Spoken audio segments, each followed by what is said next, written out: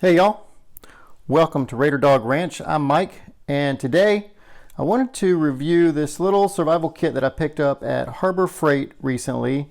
Very inexpensive survival kit. It is a 12-piece set. Comes with a case that I'll open up here in a second. And they kind of display some of the main things here, but as you can see on the list here, there's a stainless steel survival knife. That would be this one here, not here, here. A 7-in-1 use spork, so you'll see when we get into it, this case slides off, and this has multiple tools underneath this. There's a flashlight. Inside there's a telescoping pocket bellow. There's a wire saw, a water bottle clip. We'll talk about that one. Not sure if that's useful or not.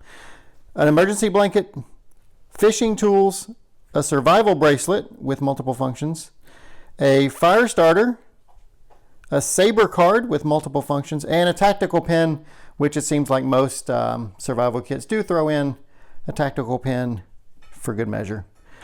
Before we get into it, you can see there's they advertise this as being good for camping, boating, fishing, RVing, hiking, and biking. I would mostly agree with those things. What I'm planning on using it for is I've got a few of these, and I'm going to throw them in each one of our cars. I've got a wife and a couple of boys, and I figure if these are in the car, then this sort of applies to a lot of these things and does kind of represent a survival situation if your car should die or if you find yourself stranded somewhere. Here's a little detail on the other things that I mentioned: the flashlight, the fire starter with a striker. Here's the telescoping bellow, and a few of the other pieces. Here's the saber card. So pretty well packaged. So let's get into this and see what we got inside.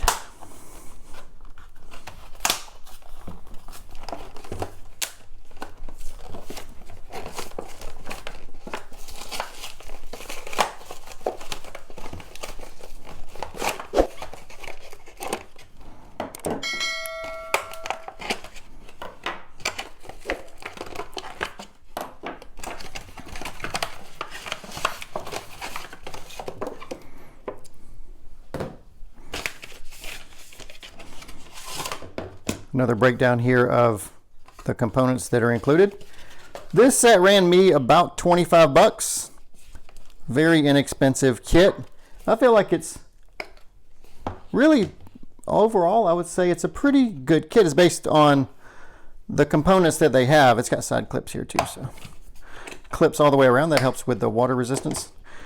As I was saying, it seems like a pretty good kit. I mean, you get what you pay for a lot of times with these. For 25 bucks and all of these components being made in China, we're not, this is not a bench-made knife. These components are not going to last you a lifetime. But at the same time, for 25 bucks, I can throw it in a car, and if it gets stolen, if, I never use it, it still gave me peace of mind that I had some things available if I needed them. So here's the instruction set. Kind of breaks down all the components of the saber card. You can see there's a knife edge, screwdriver, bottle opener, ruler. As you all know, probably if you ever touch these, most of these don't really work unless you were really in a pinch and you decided to use them. In some cases, you'd rather use some of the other components, but like these wrenches, this butterfly wrench, I can't imagine this saw blade would cut much of anything. The can opener could be handy and the bottle opener could be handy. Okay. Now, here we go. Emergency blanket, always a good idea to have one of these. The survival bracelet. This bracelet has a jicky little compass, as most do. It's got a little whistle. So that's pretty loud. That's not bad. It has a fire starter and a striker in the bracelet. And this paracord, of course, would unravel and give you some cordage. Let's see how it fits. It looks like it's pretty big on my wrist, which is fine. I'm average to below average size, so if you're a bigger person, that should still fit on your wrist should you need it to. Here is the rope saw. Rope saws can be super handy. They don't take up very much space. Again, thinking survival situation, if you needed to create a fire, you've got something to get a little bit of timber, some small branches. That's really most of what you're going to need. And then to go along with that, once you get your small timber, then you've got a fire starter with the striker here. Striker has a bottle opener, maybe a wrench, a little 5 centimeter ruler. On the other side is millimeters. A little bit of fishing supplies. You know, you're talking real survival if you're having to fish at this level, but nonetheless, one small artificial lure, one small hook. Actually, that's a pretty good size hook for a lure that big, and some fishing string. That fishing string could be used for a lot of different things, not just fishing, so that could be in handy. Then you have a telescoping bellow. What's a bellow used for? When you're trying to build a fire and you need to get oxygen right down to that specific point where you've got your embers going, these bellows are real handy. You could also use this for a makeshift straw, although I wouldn't really recommend it because whatever water you'd be drinking hasn't been treated. Here's your saber card in a nice handy little case. Saber card.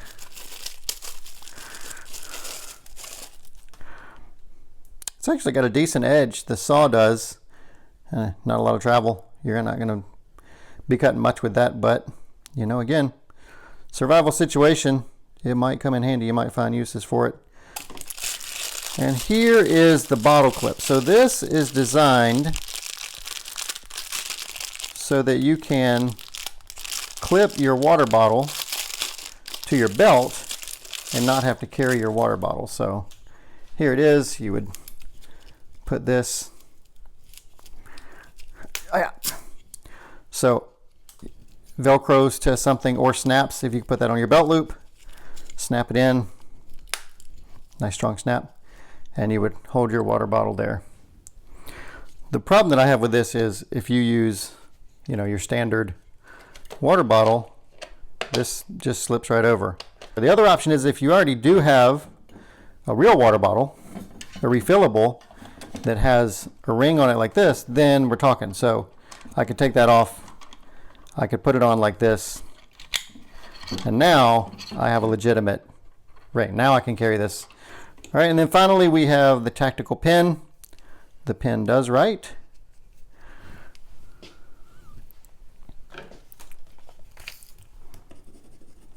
So it writes well. Take field notes. You could choose to throw this in your everyday carry backpack, and then you have something of a tactical nature that you can carry with you. It does have a fine point glass breaking or defense tip on the back of it. One of the things that I feel like is missing out of this kit is some kind of a fire starter, some very simple starter. For example, you could put a little bit of cotton swab in there. Cotton balls are great for starting fires. That will really accentuate the rest of the kit here. The other thing that I think is missing out of this kit, if you really wanted to make it a, you know, kind of an all-in-one kit, there needs to be a little bit of first aid in here. So I would grab a little bit of probably triple ointment, some Band-Aids. I'm not going to do a full field triage kit. That's too much to go in here. But you know, if you kind of a little boo-boo kit you could throw in here without making too much space. This flashlight initially appears that it doesn't work, but there is a cover on the battery. So there's a cardboard piece in here that stops the battery from working. So you want to take that out. Little typical Thunderbolt. These are the lower quality Harbor Freight batteries. The blue Thunderbolts are actually pretty good. These get a pretty bad rap, so that's probably not going to last very long. Probably want to go ahead and throw in another AA because 2 is 1, 1 is none, is the old saying. All right, so now got some. It's got the zoom, so it can zoom out and zoom back in. The zoom out is really a pretty narrow field. It's not a big field. What about the knife? Seems to have a decent edge on it. Let's see if we can find something to cut with or cut on.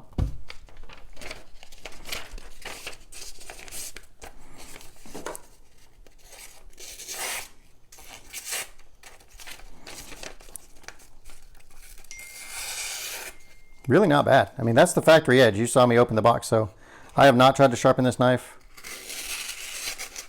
I would say I'm pretty happy with that. Knowing that this is a low quality budget set, I'll take that edge. I don't know what kind of steel this is. It's not, yeah, it's a little hard to start, but that part is really smooth once you get it started. Yeah, work that in a little bit and that would probably open pretty well for single-handed use. We've got a seat belt or a rope cutter here. And then we have the glass breaker again. That fine tip will easily break glass. This would go in the glove box or the center console somewhere up close to me, because these features don't do you a lot of good if this is back in the back of the car in the trunk, or I guess if it was in the glove box, maybe it would help. The spork that we talked about earlier, this is a whistle for one. So you got 2 whistles in the kit. That works okay. The spork also comes with a knife that really needs to have an edge put on it if you're going to use it. That's not an edge at all. Bottle opener on this side. That's pretty handy. That knife is worthless. That wouldn't cut anything. And then a couple little functions here. It gives you a little thumb grip here. So if you were trying to cut something, it's not the worst grip. You wouldn't want to do a lot of cutting with that, but it's not terrible. All right, so now's the real question. 3 of these things were not, these 3 were not even in the case. So, and you saw the case was pretty well packed. So can I get everything back in the case is the question. Let me get all of this situated so that you can see it. I'm going to put the fishing stuff back in a bag because I want all that to stay together. And you can see they have this foam insert, so it gives you a little room to crush. I think this is going to be easier to take this apart and let it run down one of the edges of the case like this. I think that makes more sense.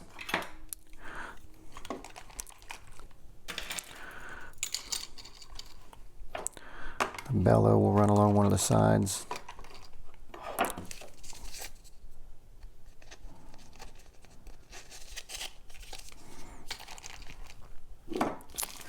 This probably should have gone on the bottom just to give ease of access to stuff, but it'll be fine either way. We'll figure out what to do with this. I'm gonna go ahead and put this card underneath because that's gonna get in the way.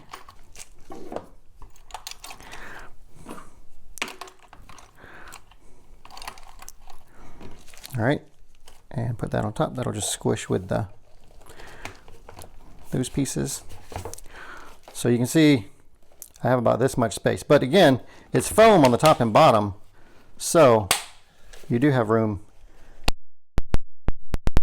All of that does fit in. It's tight, but it's not like a suitcase that I had to sit on to close. It's still pretty comfortable.